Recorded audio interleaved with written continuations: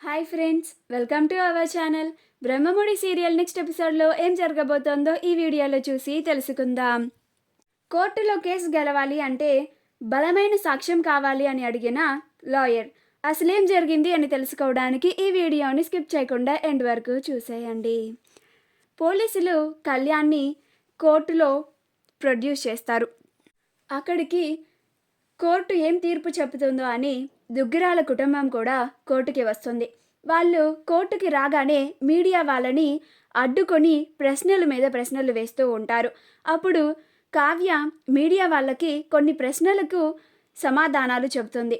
అయినా సరే వాళ్ళు అడ్డదిడ్డంగా ప్రశ్నలు వేస్తూ ఉంటారు. అప్పుడు కావ్య, నాకు అర్థమైంది, నేను ఎంత చెప్పినా సరే మీరు అర్థం చేసుకోరు అని నాకు అర్థమైంది. నేను ఇంకా మీ ప్రశ్నలకి జవాబులు ఇవ్వాలని అనుకోవడం లేదు. దయచేసి మాకు దారివ్వండి అని అంటోంది.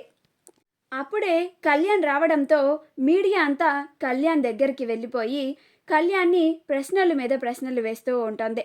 అప్పుడు ధాన్యలక్ష్మి ప్రకాశంతో కళ్యాణ్ పరిస్థితిని చూసి తట్టుకోలేక బాధపడుతూ ప్రకాశంతో చెప్పుకుంటూ ఉంటుంది. అప్పుడు మీడియా వాళ్ళు కళ్యాణ్ని, ఇంత జరిగినా సరే మీరు తప్పు చేయలేదు అనే అంటున్నారా సార్ అని అడుగుతారు. అప్పుడు కళ్యాణ్, నేను ఎప్పటికీ తప్పు చేయలేదు అనే చెబుతాను. ఎందుకంటే నేను తప్పు చేయలేదు కాబట్టి. తప్పు చేస్తే నేనే తల దించుకొని అంతా భరిస్తాను. తప్పు చేయలేదు కాబట్టే ఇంతలాగా స్ట్రాంగ్గా చెప్తున్నాను అని అంటాడు. అప్పుడు మీడియా వాళ్ళు, కానీ సార్, మీ ఆవిడ పెట్టిన అలిగేషన్స్ చాలా స్ట్రాంగ్గా ఉన్నాయి కదా, కేసు మీ ఆవిడ వైపే గెలిచేలాగా ఎక్కువ ఛాన్సెస్ కనిపిస్తున్నాయి అని అంటారు. అప్పుడు కళ్యాణ్, న్యాయం మా వైపు ఉంది కదా, ఎప్పుడు న్యాయమే గెలుస్తుంది అని నాకు నమ్మకం ఉంది. మేము ఇవన్నీ కోర్టులో తేల్చుకుంటాం అని అంటాడు. అప్పుడు పోలీస్ వాళ్ళు, ప్లీజ్ జరగండి అమ్మా, కోర్టుకు టైం అవుతుంది అని మీడియా వాళ్ళని సైడ్ తప్పుకోమని చెప్పి కళ్యాణ్ని లోపలికి తీసుకెళ్తారు. వెనకే దుగ్గిరాల కుటుంబం కూడా వెళ్తూ ఉంటుంది. అప్పుడు మీడియా వాళ్ళు, చూశారు కదా మీరే, తప్పు చేసి కూడా నేను ఇంకా తప్పు చేయలేదు అని తనని తాను సపోర్ట్ చేసుకుంటున్నాడు. తన తప్పుని కప్పిపుచ్చుకోవడానికి ఎంతలాగా ప్రయత్నిస్తున్నాడో మీరే కళ్ళారా చూశారు కదా అని మీడియా వాళ్ళు వాళ్ళకి నచ్చినట్లుగా చెప్పుకుంటూ ఉంటారు. అదంతా ధాన్యలక్ష్మి విని చాలా బాధపడుతూ ఉంటుంది. అప్పుడు ప్రకాశంతో, చూసారా అండి, నా కొడుకుని ఎలా చూడాలి అనుకున్నాను, ఆ అనామిక ఎలాంటి పరిస్థితుల్లో నిలబెట్టిందో నా కొడుకుని. అనవసరంగా దాన్ని నమ్మి నేను చాలా తప్పు చేశాను. నా కొడుకుని ప్రయోజకుడిని చేస్తాను అని అంది, పెద్ద బిజినెస్ మ్యాన్ని చేస్తాను అంది అని నేను దానికి అంతలాగా సపోర్ట్ చేస్తే ఈరోజు కోర్టు మెట్లు ఎక్కిస్తోంది. వాడితో పాటు మనం కూడా కోర్టు మెట్లు ఎక్కాల్సిన పరిస్థితిని తీసుకొని వచ్చింది అని బాధపడుతూ ఉంటుంది. అప్పుడు ప్రకాశం, బాధపడకు ధాన్యం, న్యాయం మన వైపే ఉంది. ఎలాగైనా సరే మన లాయర్ గారు మనం కేసుని గెలిచేలాగా చేస్తారు. రాజ్ అంతా జాగ్రత్తగా చూసుకుంటున్నాడు కదా, రాజ్ లాయర్ గారితో ముందుగానే మొత్తం మాట్లాడారు అని అంటాడు.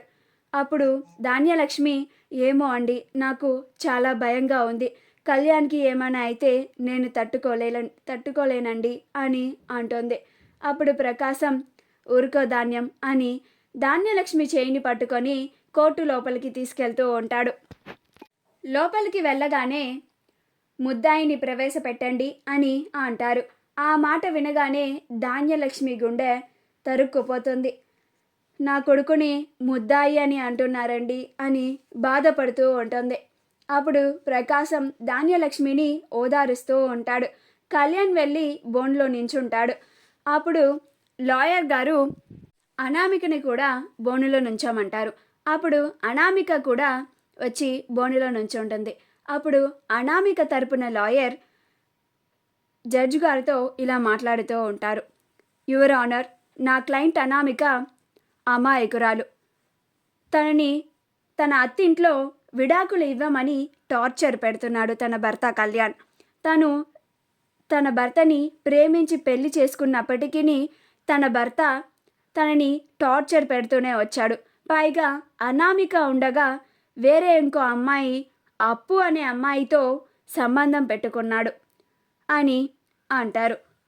అప్పుడు జడ్జి గారు అనామికని నువ్వేమైనా చెప్పాలి అనుకుంటున్నావా అమ్మ అని అంటారు. అప్పుడు అనామిక, యువర్ ఆనర్, నా భర్త నన్ను విడాకులు ఇవ్వమని వేధింపులు చేస్తున్నాడు అని అంటోంది.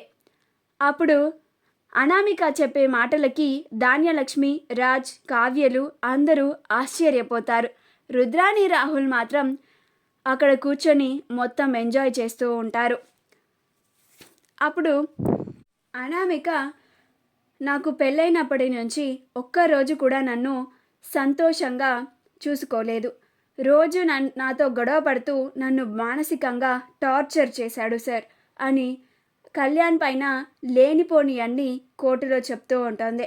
అప్పుడు జడ్జి గారు కళ్యాణ్ని నువ్వేమైనా చెప్పాలా బాబు అని అంటారు. అప్పుడు కళ్యాణ్, నేను తనని చాలా బాగా చూసుకున్నాను సార్. తానే నన్ను అపార్థం చేసుకొని ఇదంతా నా పైన పంతం సాధించడానికి చేస్తుంది అని అంటాడు.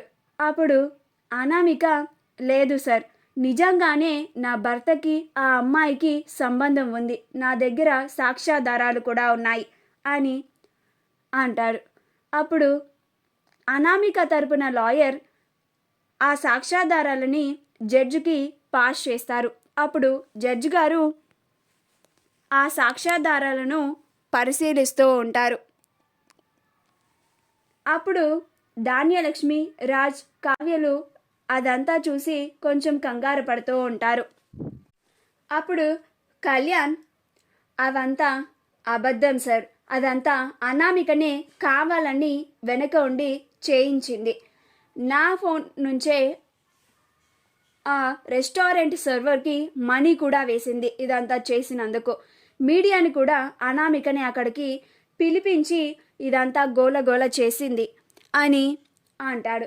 అప్పుడు జడ్జ్ గారు, ఇదంతా అబద్ధమని నిరూపించడానికి మీ దగ్గర ఏమన్నా సాక్ష్యాలున్నాయా అని అంటారు. అప్పుడు కళ్యాణ్ తరపున లాయర్, యువర్ ఆనర్, మా దగ్గర అలాంటి సాక్ష్యాలేమీ లేవు అని అంటారు. అప్పుడు జడ్జ్ గారు, సాక్ష్యాలు లేనిదే ఎలా పరిగణలోకి తీసుకుంటాము అని అంటారు. అప్పుడు లాయర్ గారు, యువర్ ఆనర్, మాకు సాక్ష్యాలని తీసుకొచ్చి నిరూపించడానికి ఒకరోజు గడువు కావాలి అని అడుగుతారు.